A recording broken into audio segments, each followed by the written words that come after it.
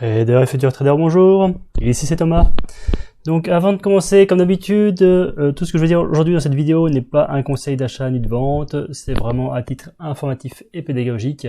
Je ne suis pas habilité à vous donner des conseils d'achat, ni de vente d'ailleurs, et je ne connais rien de vous, je ne connais rien de votre patrimoine, donc c'est vraiment à vous de prendre vos responsabilités.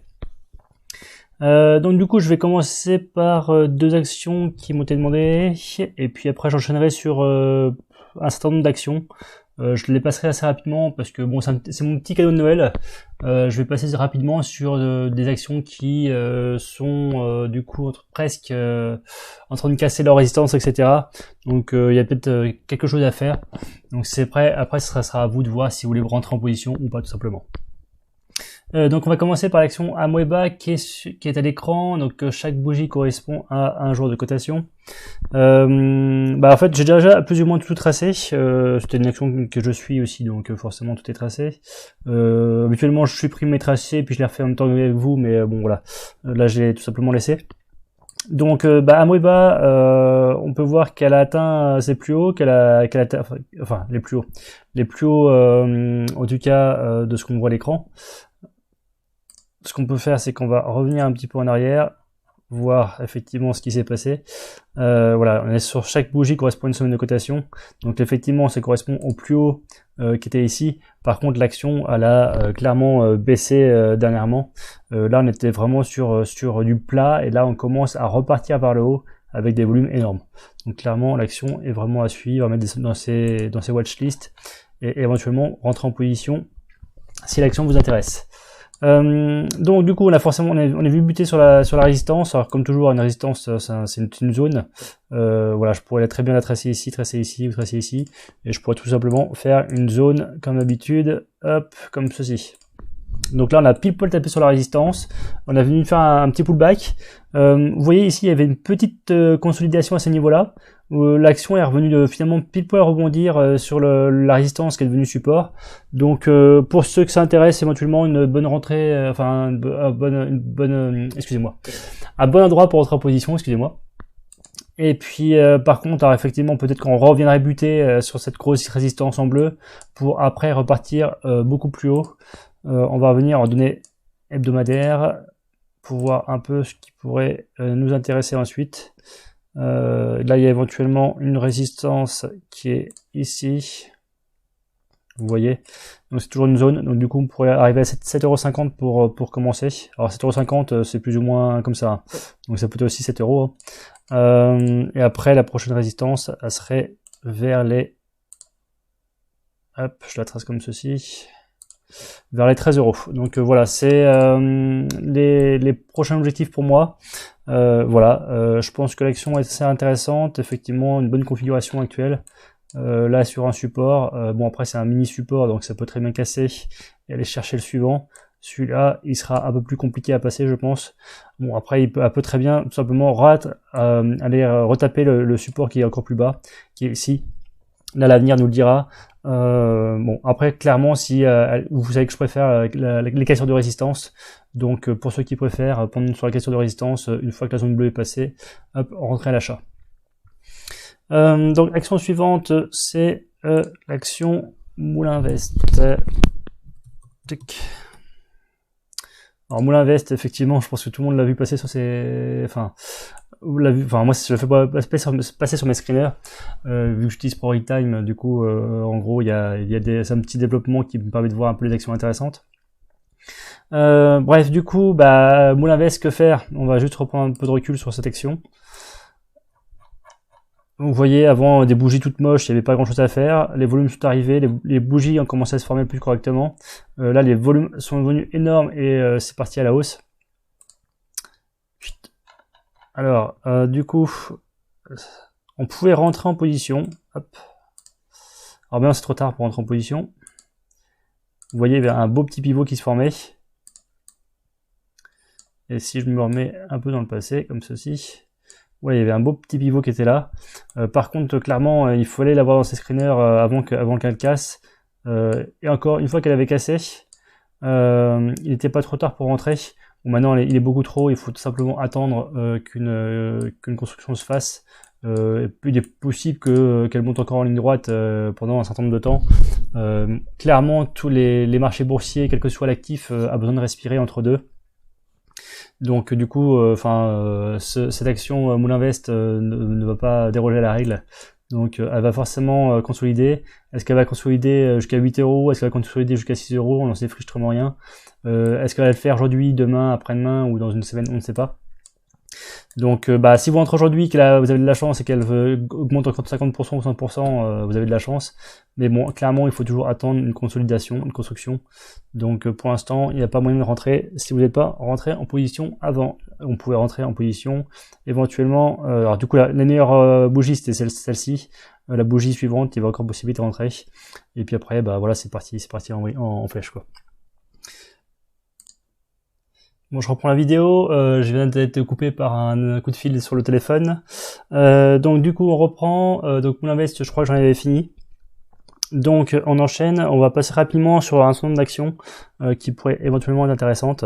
Donc je vais pas forcément épiloguer très longtemps dessus sur chaque section, mais après à vous de voir si elle vous intéresse ou pas pour rentrer sur celle-ci. Attendez, parce que j'ai un problème d'affichage.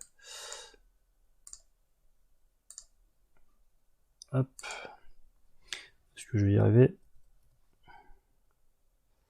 Alors vu que vous aimez bien les actions qui sont vraiment au début de leur mouvement, on va commencer par ABO.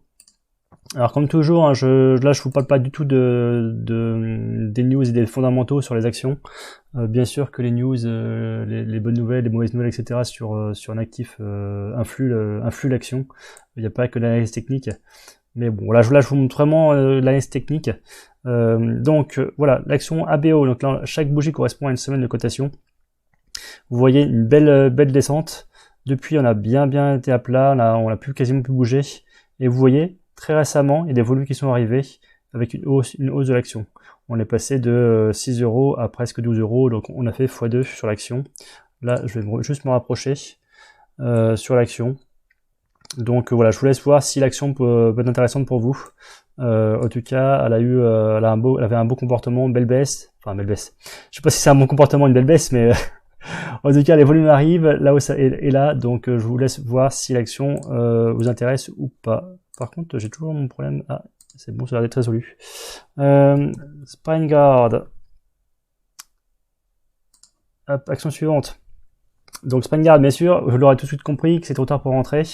Là, il y a eu 3 jours de forte hausse. Vous voyez la première bougie, on a une bougie de 158% de hausse, donc très énorme.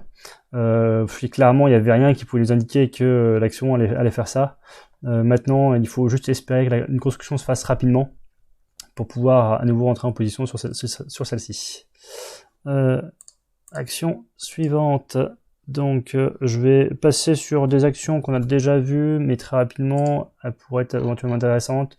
Donc Carbios, hop, je vais essayer de passer la flèche, je pense que c'est là où j'en avais parlé la dernière fois.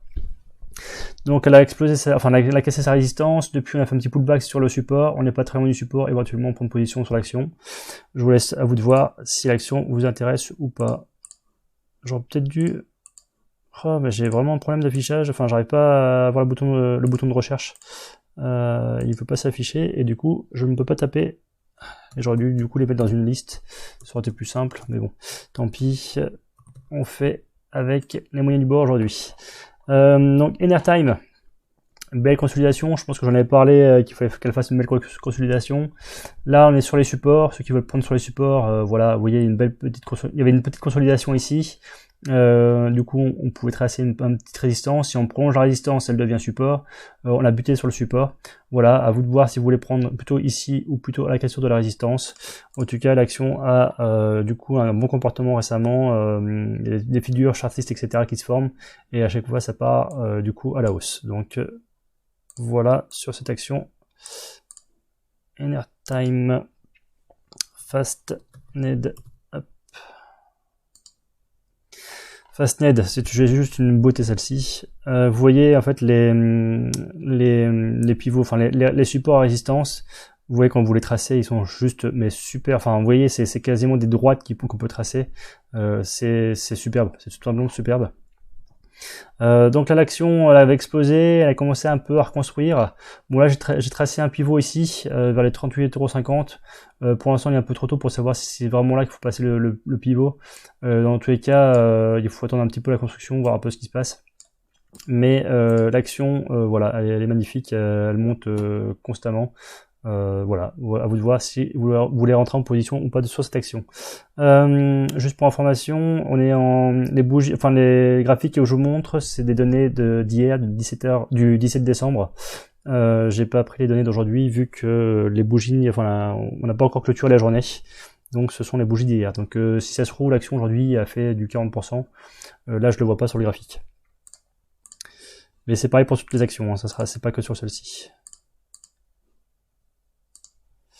Alors, global, je suis pas sûr que je vais passer sur toutes les actions que j'avais notées parce que franchement, il y avait un paquet qui pouvaient éventuellement être intéressantes.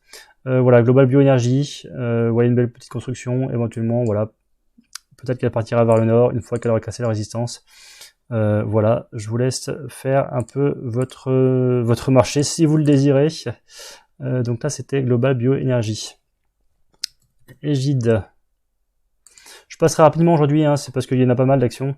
C'est plus un petit cadeau Noël. Habituellement, je vous fais un peu des actions que vous me demandez. Là, je vous montre aussi des actions que je peux suivre moi. Après, je n'ai aussi d'autres en portefeuille. Hein. C'est pas, je vous montre pas forcément celles que j'ai en portefeuille.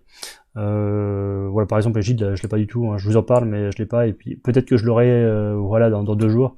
Je n'en sais rien, mais voilà, je vous montre des actions qui pourraient éventuellement être intéressantes pour moi. Égide, hop, je parle graphiquement parlant, je parle pas en termes de news, etc. Je vous laisserai voir les news sur chacune des actions. Égide, du coup, c'est pareil, une belle petite baisse.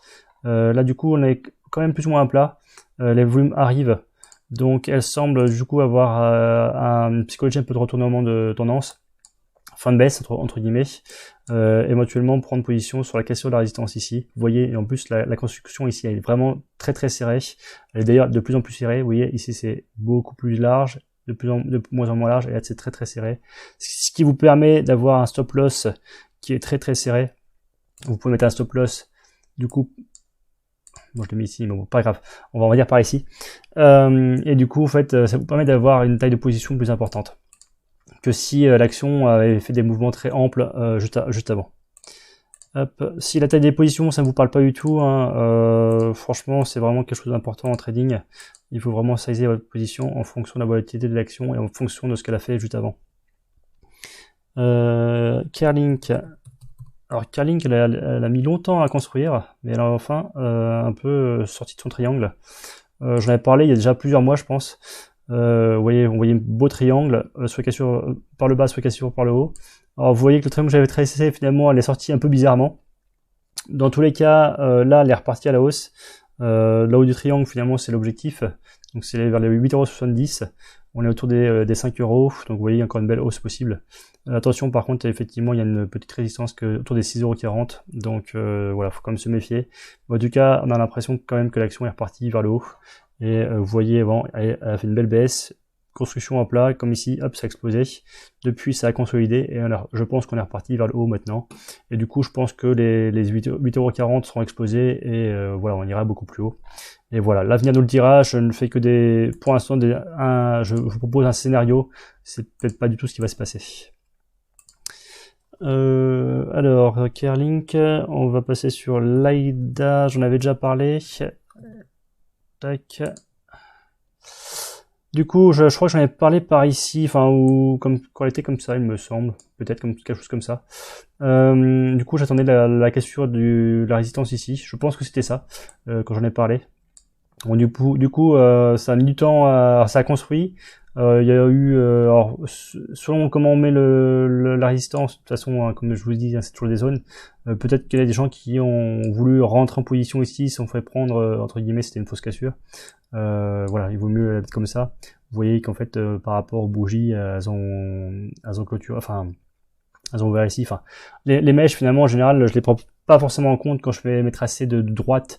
Par contre, effectivement, faut en prendre compte quand on rentre en position. Les bougies, les mèches n'aident jamais à rentrer en position, mais voilà, c'est pour ça que c'est bien d'avoir des figures vraiment très propres. Bon, dans tous les cas, peu importe. Là, on avait cassé par le bas, du coup, les plus bas. Et là, on est en train de faire une petite construction, j'ai l'impression. Une espèce de petit triangle. Donc, si ça se trouve, l'action, elle va continuer à faire ça. Comme ça, et après repartir vers de plus haut. Donc là, voilà, vraiment action à suivre. Si ça se trouve, dans 2-3 jours, elle va partir à la hausse, ça va casser cette résistance des 7,70 €. Donc, je vous laisse regarder et suivre l'action. Donc, qu'est-ce qu'on pourrait dire, enchaîner sur quoi? Allez, on va mettre Grignard.